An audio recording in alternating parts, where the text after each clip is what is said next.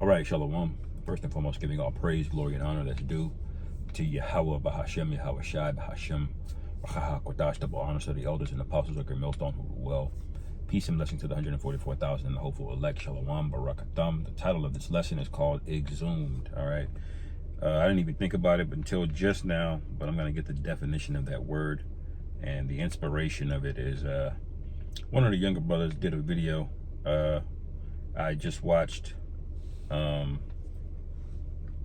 believe it's along the lines of the righteous men always get back up. And so what came to mind, you know, as I'm watching it is the idea or the concept of resurrection, or something that was once dead that was made to be living again. All right, which is basically our story. We're basically you know, zombies on the right hand side, because we were left for dead. All right, but through the course of a period of time, all right, we'll reconcile our spirits, and when our spirits is reconciled, our bodies will be, you know, reanimated. Okay, they will be you know, and better than they were before. All right, but the definition of exhume means to dig out from the ground. All right, now you know that this term is usually synonymous with, or it's usually used in the context of a grave. Okay, when a grave is exhumed, that means they went down into the ground, they lifted it up out of the ground, a dead body. All right, now first thing I wanted to look at, well, obviously there's Ezekiel 37. Actually, I'll go to Ezekiel 37 real quick. And I'll start at verse 4. It says, "And he said again unto me, and again he said unto me, prophesy upon these bones, and say unto them, O ye dry bones, hear the word of the Lord Yahweh." All right, so dry bones means what? There's no life in them. If you can see the bones, that means they're dead. All right, but look what happens over the course of a period of time, and this is only going to happen to the righteous man.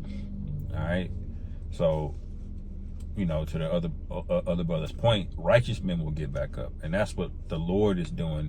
Essentially, he's taking the righteous souls that went off. All right, and what is he doing? He's resurrecting them. He's causing us to do it, because we were completely lost and dead. All right, we had no idea what was going on, why we were here, why, you know, and that goes back to the prophecy of Elijah.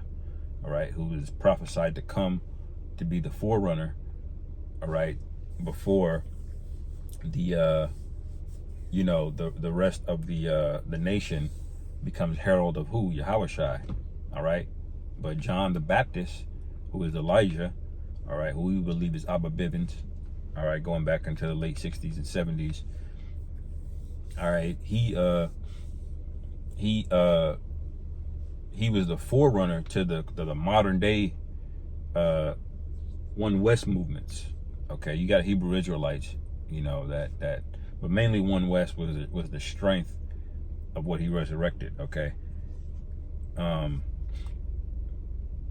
going back, and it says, "O ye dry bones, hear the word of the Lord Yahweh. Thus saith the Lord Yahweh, Ba'ashem Yahweh Shai, unto these bones, behold, I will cause breath to enter into you, and ye shall live." All right, so that's basically a spiritual exhumation. All right, we've been spiritually exhumed. We've been dug out of the ground, because where were we? Okay, where were we before that?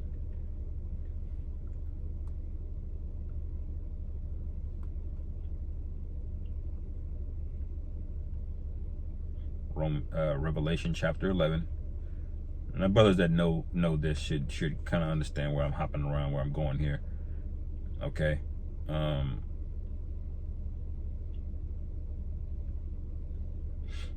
right, and this is a Revelation 11, chapter 11, verse.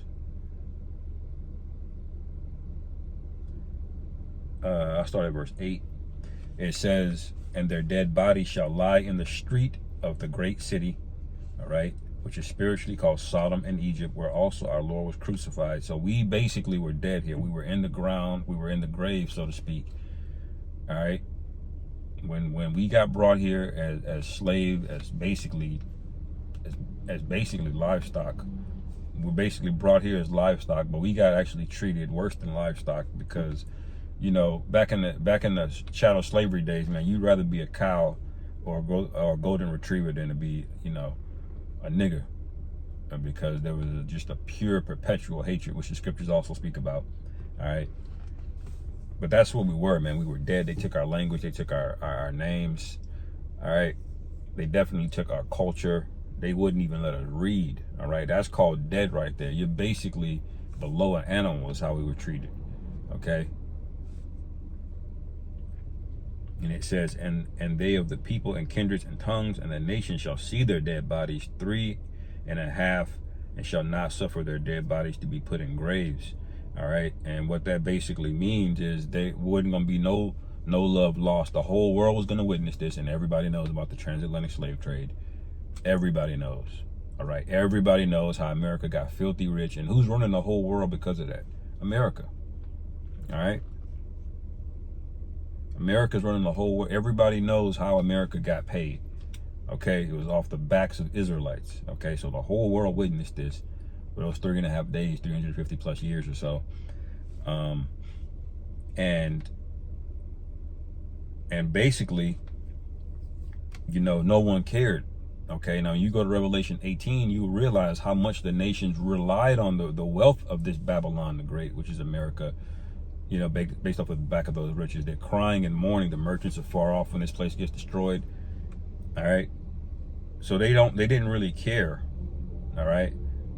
Nobody, they didn't suffer our bodies to be put in graves, because, you know, when you get buried, man, a burial is a sign that that person was respected or had some degree of respect, even if it's just from their family. Your family is usually the one that takes your body and buries you. Okay. But when you die and somebody just takes your body and just chunks it, you know, they don't even bother, you know, to bury you under the ground, or they'll hang you from a tree and just leave you up there, you know. That's an ultimate sign of disrespect right there. All right. And it says, and after verse 11, and after 3.5 days, and after 3 days and a half, the spirit of life from the Most High entered into them. All right. And they stood up on their feet, and great fear fell upon them which saw them. Okay. So that's us being exhumed. All right. That's how, what does exhumed mean again? To dig something up. All right. The Lord had to put us in hell, that's what hell means. Hell is not a spiritual place where you burn in torment in perpetuity forever, which is insane. All right. That's mythology. Okay. Hell is a very low state, a low condition, likened into being, you know, in a lower state. All right. It's also used for the grave. Hell is also the grave. All right. When they say your body's in hell, when you see in Amos, it speaks about he digs into hell. That's speaking about them digging into the ground. Okay. And it's not talking about a spiritual place where Satan and a bunch of demons are tormenting you with, I don't know, pitchforks, you know. All right.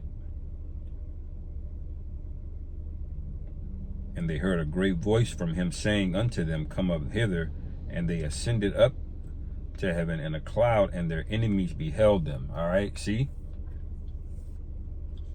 And this is only the righteous men are going to get. Not every Israelite is going to get this. So that's why it's important to note that only righteous men get this right of being resurrected. Okay.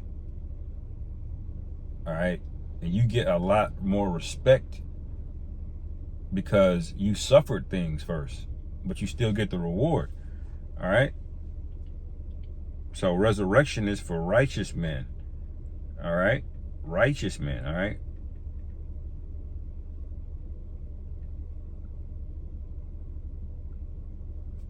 Let me see here. 1 second.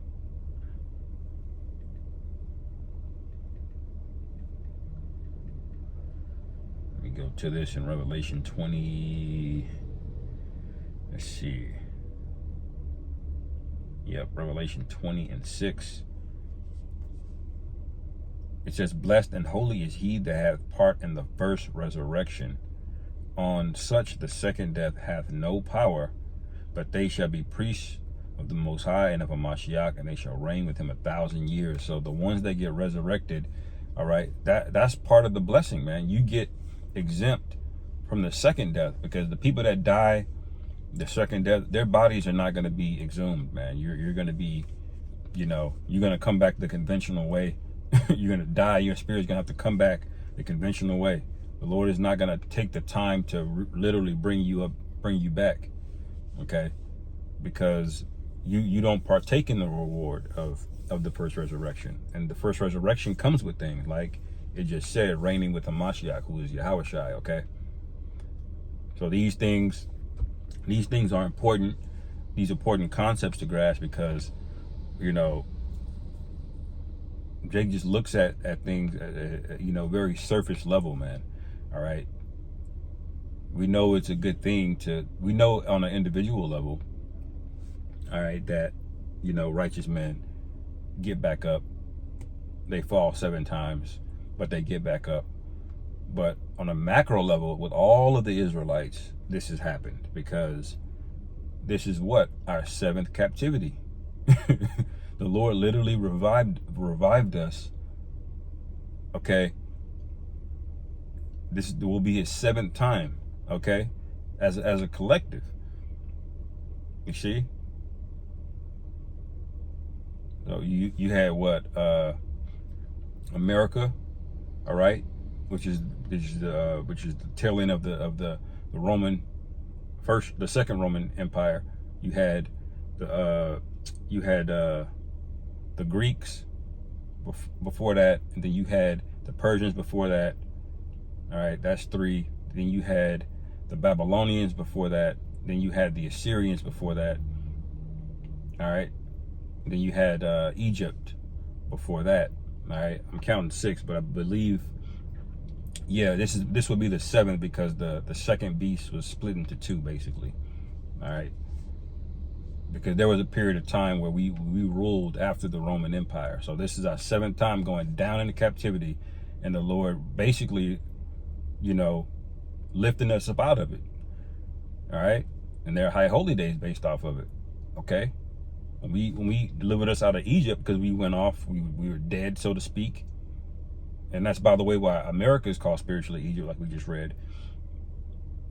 When we went down into Egypt and we went off, and the Lord delivered us, we had Passover, man. When we went down to the Persians, because we went off and the Lord delivered us, we had Purim,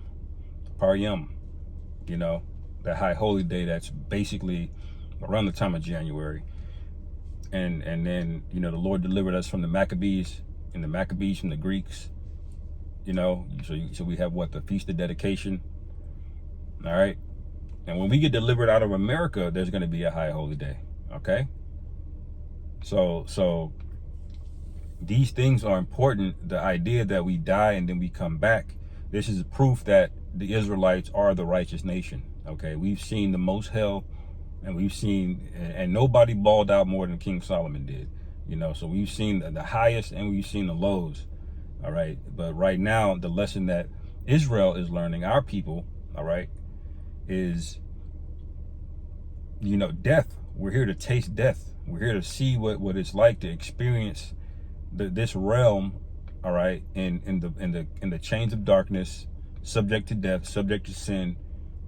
All right. And it's all a big story that's written. Okay. And this is the point I want to illustrate, is that, although we died, and we've gone back several times, there's a spiritual aspect to it, where we're basically here forever, man. That's our promise. Okay.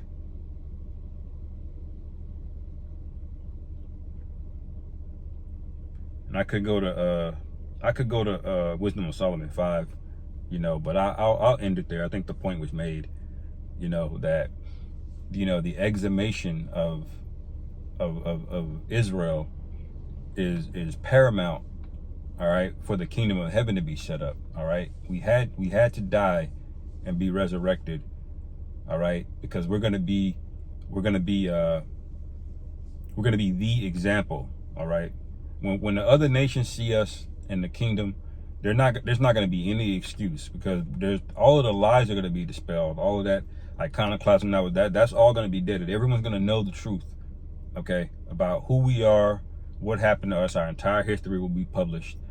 And when these other nations see that, they ain't going to have no excuse about who should be ruling over them. Why? Because we went down 7 times, man, rebelled against the Most High. We've illustrated, basically, through our own pain and suffering, this is what happens when you rebel against the Most High. So when these other nations in the kingdom decide to rebel against the Most High, they ain't going to have no excuse. They going to know they're going off, man. All right? They're going to know what the consequences are for rebellion, okay? And the Most High is going to use his son, who is the world is his inheritance, okay? And the hierarchy, which is the 12 thrones of Israel, through the 12 tribes, 144,000, the governing body, however you want to say it. Through us, we will be the third temple, and we will keep order on the planet, all right? But what had to happen before that? What we had to prove that we were righteous, not by being perfect the whole time, but we had to prove that we were righteous by getting up 7 times. You see? So, Lord willing, this is edifying. This makes sense. And you brothers get what you need out of it. Call halal Yahweh Bashim Yahweh Shai Bahashim Rachak Wadash Shalom Kwam Yasharallah.